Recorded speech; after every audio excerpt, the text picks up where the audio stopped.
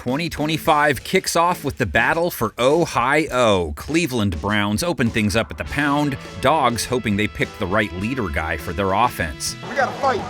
We're in for a fight. And that's what we want. We want to fight. They welcome the Cincinnati Bengals, who are looking to avoid repeating the mistake they made a year ago to open the season. That's why I was so tired. That makes sense. Here's the quote from a Bengals superfan prior to Cincinnati's opener in 2024. "I know Bengals seasons usually start off slow, but please, for the love of God, don't lose to the Patriots." New England shocks Cincinnati and wins it. So that's our first key to watch for in this game. Week 1 Bengals. Head coach Zach Taylor hasn't won a season opener 3 straight years, losing to the Pats last year as well as to the Browns the year before. The same old story for the Cincinnati Bengals.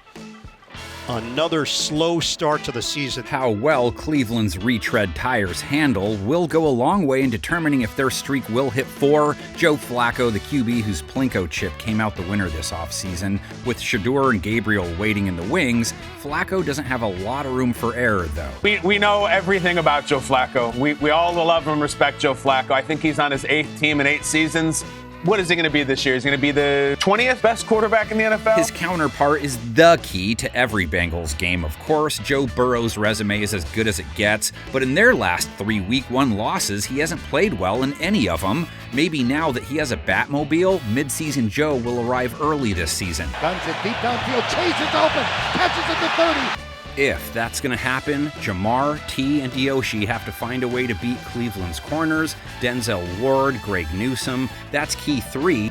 Cleveland's play versus the pass was not good last year. 4 of their 5 DBs are the same. Martin Emerson is out. Their DC is the same. All 3 of Cincinnati's starting receivers scored versus Cleveland a season ago. Higgins in both games. What a snatch. Higgins. Chase in both games too. To the end zone. Back shoulder to Chase. Burrow didn't have trouble in either outing either. It's a different year, but the quarterback wideout DB battle in this matchup isn't any different on paper. Will it be on the field or just more of the same? Burrow from the gun, hit on the release, gets it out, and gets it on time to Chase. That gets us to the Myles Garrett impact as our 4th key. If there's one guy on Cleveland's defense that can tilt things, it's Garrett. He gets plenty of rest before the season too. At least 1 sack in his last 3 straight Week 1 contests, 5 in his last 6, so he's a historically fast starter. 4 straight seasons with 14 or more sacks. The others are key 5. Garrett has to do a lot of shopping alone. Several new faces have arrived to help scare QBs, none of them Nicole Kidman. It's the Browns' debut of DT Malik Collins, a free agent signing, as well as first-round pick Mason Graham. Why is the AI voiceover guy bringing Nicole Kidman into it? Bet he didn't even see the others. Alex Wright's got him and throws him out of the back of the end zone. Browns pass rushers get in the cage with a Bengals O-line that once again has been tweaked. 2 new guards part of the lineup. We still haven't seen Burrow with consistent good pass pro. Everyone keep stepping up. Keep that up. Key 7, Jerry Jeudy.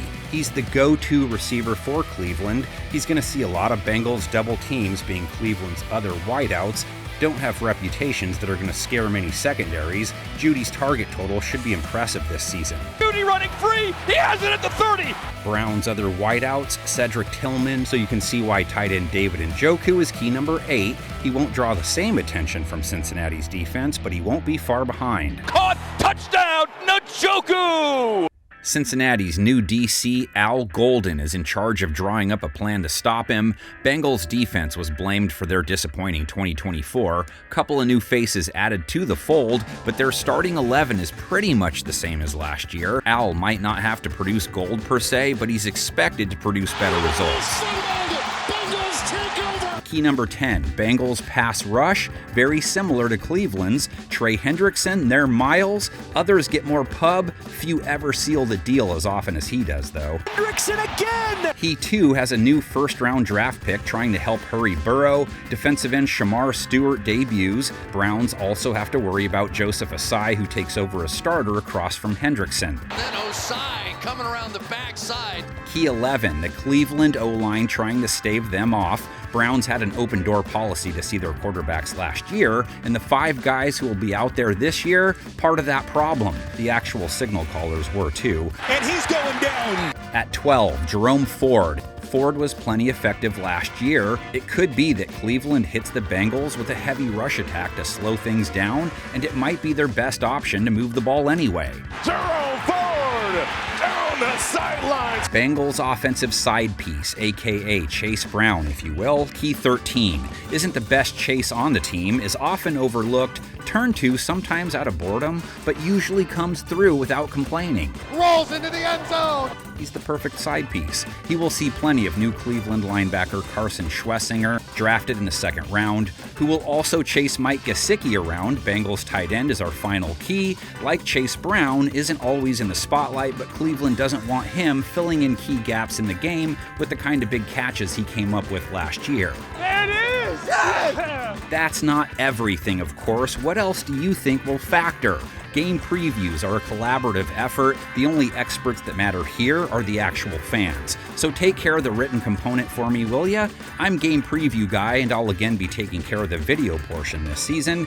NFL can't afford AI. It's a mom and pop outfit. So they still have a doof in a bag handling it, and I still have 10 pickers to give us an idea of how the game will turn out. Welcome back, everyone. Let's do this. The 2025 NFL season is finally upon us.